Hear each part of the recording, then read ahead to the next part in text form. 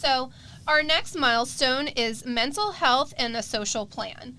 And sounds kind of weird at first, but if you think about it, after decades of having a career or being in a certain business field, many retirees, their identity is often wrapped up in their work. And most people spend too much time working and raising their kids and spend very little time nurturing their own personal relationships outside of work.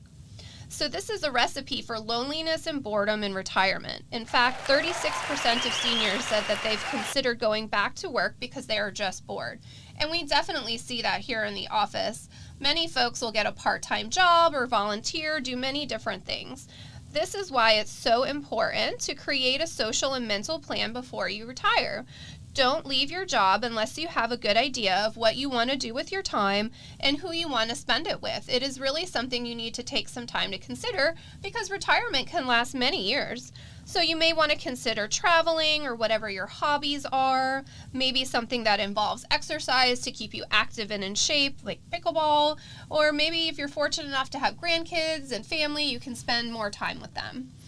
Those are good points. It's so important that people understand, okay, I've been working for all these years. I'm tired of working, so I'm going to retire.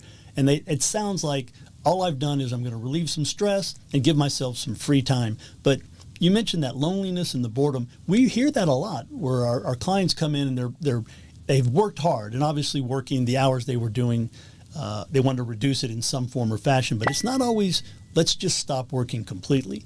And which kind of leads us into our next milestone that we want to address, and that's sort of a lifestyle trial run, meaning what do you think you'll actually do day by day when you retire? And so you really kind of need to, before you fully retire, kind of take a little mini vacation is what we call it. We say, okay, pretend like you're not going to work. So you're not going to, during this little mini vacation, you're not going to call into the office, you're not going to check emails, you're just going to do whatever you think you would do while you're retired.